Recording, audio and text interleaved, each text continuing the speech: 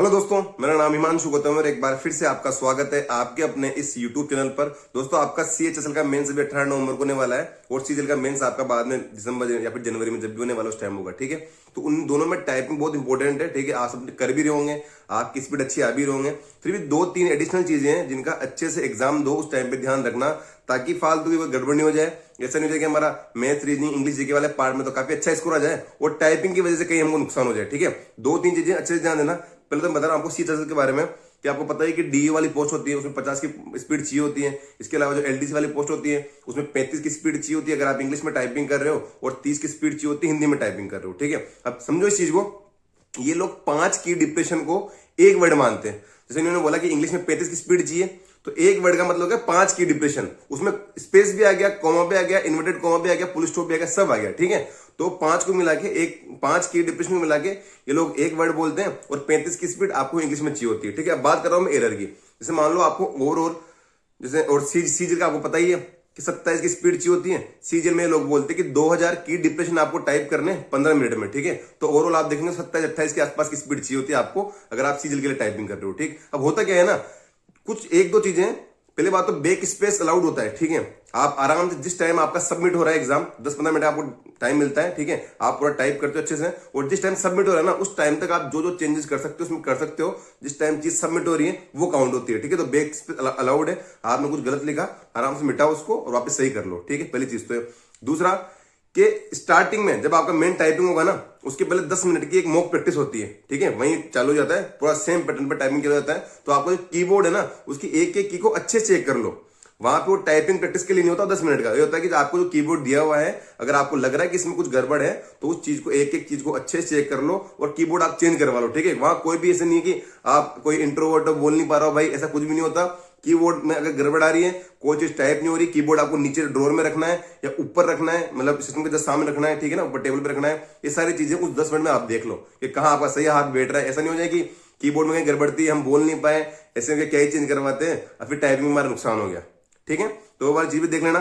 तीसरा सबसे बड़ी चीज जो मैं खुद बुकत बोगी हूं इस चीज का, स्क्रॉल डाउन। ठीक है, होता क्या है ना, आपकी जो टाइपिंग होती है उसकी स्क्रीन आती है, ऊपर एक बॉक्स होता है जिसमें लिखा हुआ है पैराग्राफ और नीचे वाले में आपको टाइप करना होता है। ठीक है, अब एक बार में ऊपर वाले बॉक्स में दिख रहा है, आपको स्क्रीन पे टाइम दिख भी रहा होगा, जितना दिख रहा है आप टाइप कर लोगे।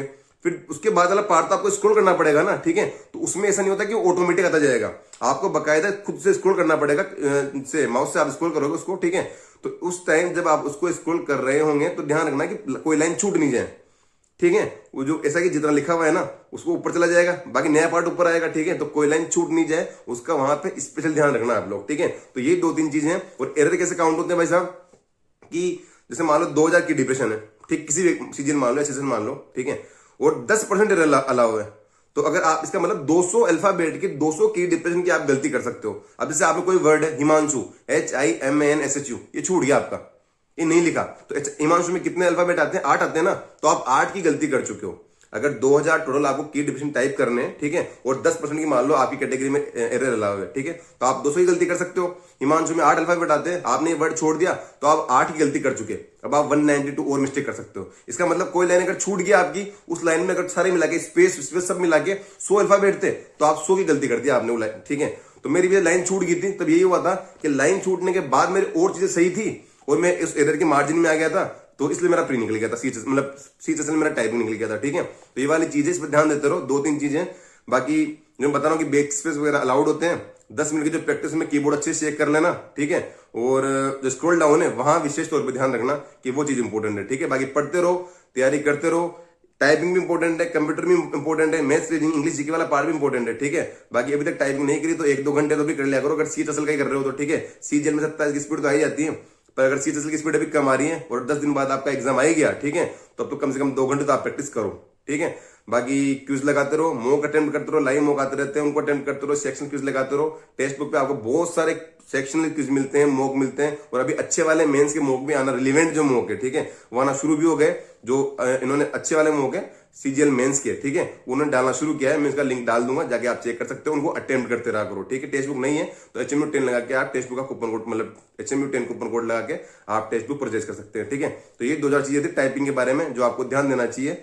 टाइपिंग में मिस्टेक मत करना, ऑलमोस्ट इजी होती है। अगर हम प्रेशर में नहीं है तो आराम से कर लेंगे, ठीक है। और 2 उंगली के बजाय मैं तो सलाह देता हूँ सीजीएल वालों को, तो बस सीजीएल वालों के सामने तो ऑप्शन नहीं है, जैसे भी कर रहे हो वैसे करते रहो, पर सीजीएल वालों को ये सलाह दूंगा कि 2 उंगली से मत करना, सही से बैठ के टाइपिंग करना। Thank you so much.